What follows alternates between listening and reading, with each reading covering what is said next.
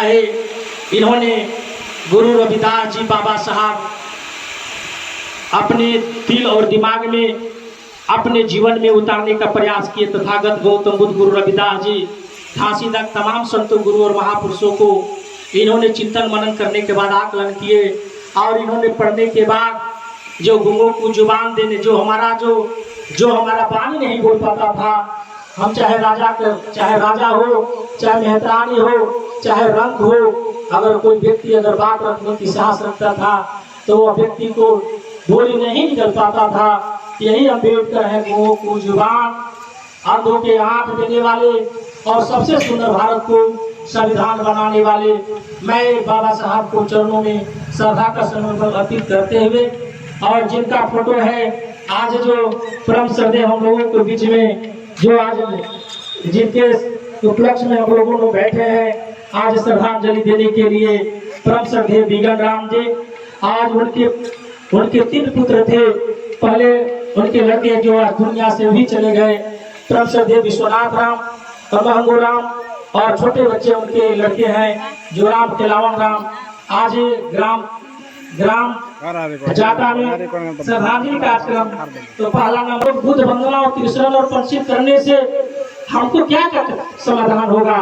हम पहले भी प्राचीन समय में हमारे घर में जब पंडित जी आते थे तो हम लोग आगे के दान दक्षिणा, जो हम दान देने के कहने का तात्पर्य था, हम 5 गो मिर्चाई, 5 गो आलू, 100 ग्राम नमक, 100 ग्राम दाल, 1.25 सेर चावल, ये चाहे 11 रुपया देते थे, चाहे 21 रुपया, चाहे 501 रुपया देते थे। उस व्यवस्था को खिलाफ हम किसी जाति संप्रदाय के साथ हमारा भेदभाव नहीं है। अगर हमारा भेदभाव है तो वह हमारा क्या भेदभाव है? वैचारिक विचारधारा को, और वह हमारा वैचारिक विचारधारा समावेश नहीं खाता है।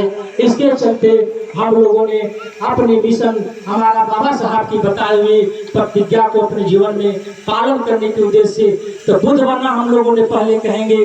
तो पहले नंबर भगवान गौतम बुद्ध ने कहा, बेटा अगर तुम अपना उन्नति चाहते हो, घर परिवार की उन्नति चाहते हो, बाल बच्चे की उन्नति चाहते हो, अगल बगल वालों को खुशहाली देखना चाहते हो, तो मैं तुमको बुद्ध बनना दे रहा हूँ। और जिन्होंने बुद्ध बनना के बल पर अगर कोई जीता है तो हम लोग को उदाहरण देखने की जरूरत है। चीन है, जापान है, थाईलैंड है, इंडोनेशिया है, श्रीलंका और भूटान, आज बुद्ध को जो मानने वाला व्यक्ति आज ऊंचा शिखर पर है। और हमारा जो भारत देश है, हम कहाँ हैं? हमारे जो लोग पढ़े लिखे हैं वो खुद जानते हैं। और बुद्ध बनना के बाद हम लोग कृष्ण करते हैं।